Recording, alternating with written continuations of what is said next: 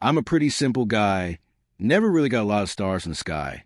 A girl, a small apartment, maybe a kid someday, but that's still in the future, and well, that's something we can easily fix, right? My alley is with a stylish, beautiful woman who's always been into expensive things. I could have bought a car a while ago, but I didn't until I got a promotion at work. Well, with the raise, my salary went up, and so did my status. Naturally, my girl Avery wasn't too thrilled about that, and she made it clear that she wanted a car too. Of course, common sense kicked in and told me to be smarter to get one really good car than two old beat-up ones. But as life goes, that doesn't always work out as expected. We got this fully loaded car, cameras, a dash cam, you name it, it had it.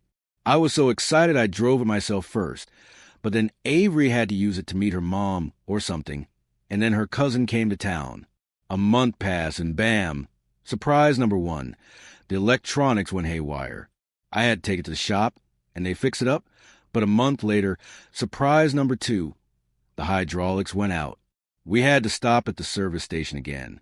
At this point, Avery was over it, and with a pout, grabbed her bank card and headed to the nearest cafe for coffee, gave me a kiss on the cheek, and disappeared. I was left to deal with the guys at the garage.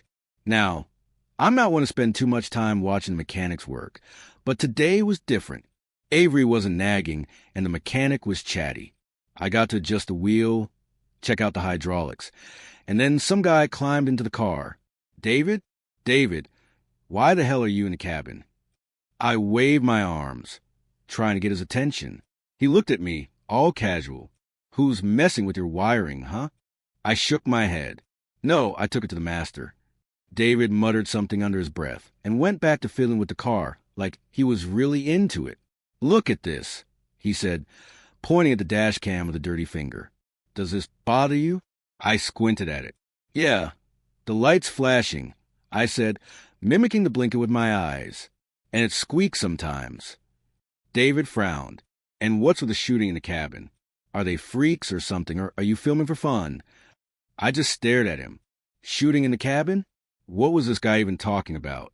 Honestly, what the hell do I need to record my trips for? It's pretty straightforward. Home, work, work. Home. David climbed out of the car and handed me the dash cam footage. Here, watch the movie while I finish up.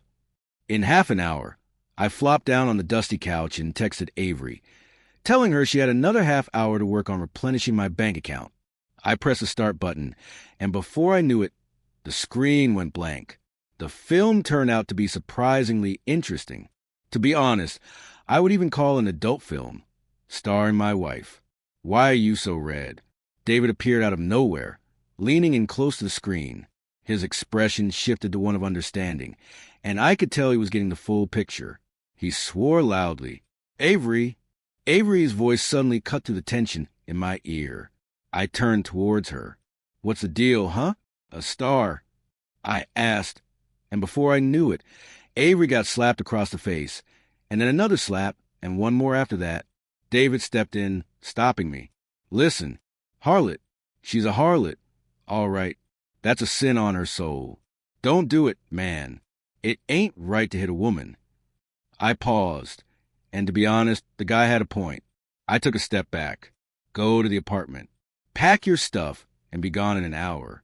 When I get back, I don't want to find you here. Got it? Avery nodded, wiping the blood from her split lip. I didn't mean it, she said, looking guilty. Get out. Go anywhere you want. But I don't want to see you again, I replied. She slipped through the garage gates for the second time that day. Then David, my guardian angel, raised his voice again. How about a drink? I raised my eyebrows in surprise, but couldn't help smiling. Yeah, let's have a drink. David handed me a large bill and said, Now it's just me and you. I slammed the gas and sped off, cruising around the city. An hour later, I was back home. Avery's stuff wasn't there, and I figured, well, I was starting fresh. A new life, a new beginning. A couple of days later, I found a note folded in half on the bedside table next to the couch. I didn't even bother reading it. So guys, if you all liked today's story, please like the video and subscribe to our channel.